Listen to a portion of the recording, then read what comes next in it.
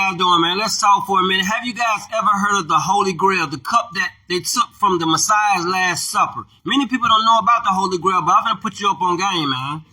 When you get in John 19, chapter 33 to 34 verse, it says, but when they came to Jesus and saw that he was dead already, they break not his legs. But one of the soldiers with a spear pierced his side, and forthwith came there out blood and water. Remember, let me hold that spot. Blood and water. Remember, the Roman soldiers pierced his side, and blood and water came out, which they call plasma and blood. We got to understand something. In Revelation 1, chapter 7 through 8 verse, it says, behold, he's coming with the clouds, not through them, like the Romans told you.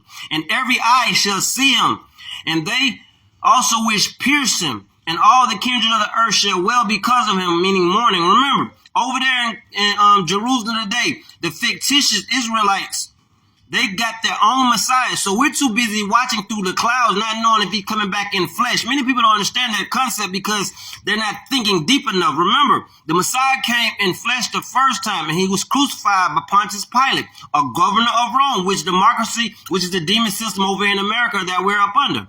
Now let's get back into this Holy Grail.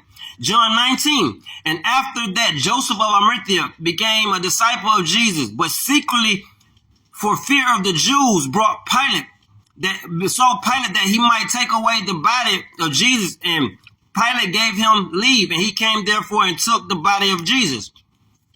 All right, let's get to another.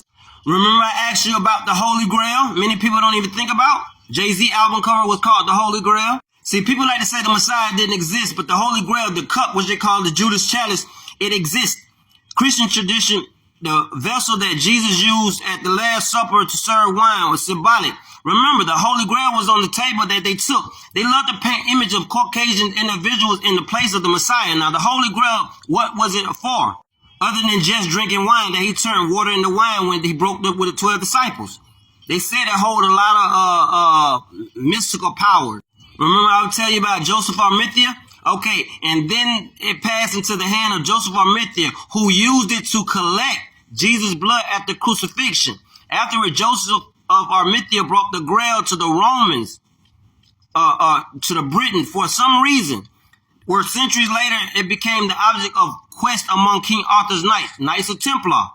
The same Knights of Templar that worship, the Baphomet, in which they pay homage to their Baphomet. I say that to say this, that the Holy Grail is symbolic because they drink blood out of it till this day, hoping it can keep them existing till forever. Why do you think they believe in Baphomet? We have to remember that the Messiah actually